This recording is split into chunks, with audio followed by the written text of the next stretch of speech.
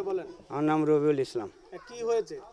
আমি যখন এই দুইজন মানে আমার বোন একা ওই জায়গাটা একাধিক, আর ওই জায়গাটা আমার বোনের পাশে কেউ নাই, ওই পাশে ধান সাদা ছিল, নাম হচ্ছে এই ছেলেটার নাম হচ্ছে ঈশা, আর একজনের নাম এটা আমি দেখেছি, ওর নামটা আমার খেয়াল আসতেছে না। এরা হচ্ছে এই জায়গাটা ভ্যানে ধান সাদাই, ওরাই সর্বোচ্চ ওই জায়গা ছিল, আর ওই পাশে কেউ ছিল না যে সময় মারে। আর যারা মারে তারা চারজন, মানে আবদুল্লাহ এবং আবদুল্লাহর বাপ এবং আবদুল্লাহর মা এবং হচ্ছে আফেল।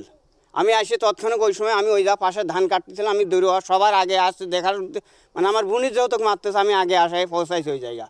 আসি ওই জায়গাটা অনেক ছিল না, ওই জায়গাটা অনেক ছিল না ওই সময়, যেই সময় আমি এসে পৌঁছাইছি অনেক নাই।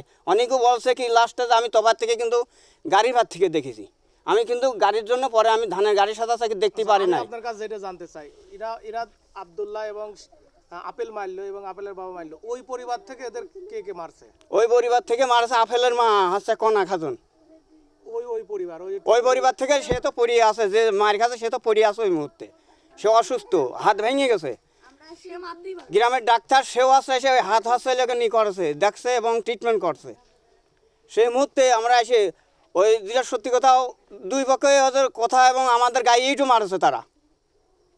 তার নাম তর্ক বিতর্ক। ওই যখন মারার পরে আমরা যখন এসে পৌঁছাইছি, আমরা কিন্তু কথা বলেছি, বলি নাই তা না, কিন্তু কথা কাটাকাটি বলেছি। বলে ওরা ইট ভাঙিয়ে দেখেন, হ্যাঁ ইটের গাদিও ছিল, ইট অনেক ইটে যা পাশে পড়েও আসরে ইট মারেছে, আমাদের গায়ে ইটও মারেছে। এবং আছে মুক্তার নামে একটা ছেলে যখন ইট মারে তখন মানা করার পর যখন মানে তারা এর মারতেও আসে সেই মুহূর্তে। আমার কথা তোরা শুনছেন ওভারটেক করে এইভাবে মারতেছিস।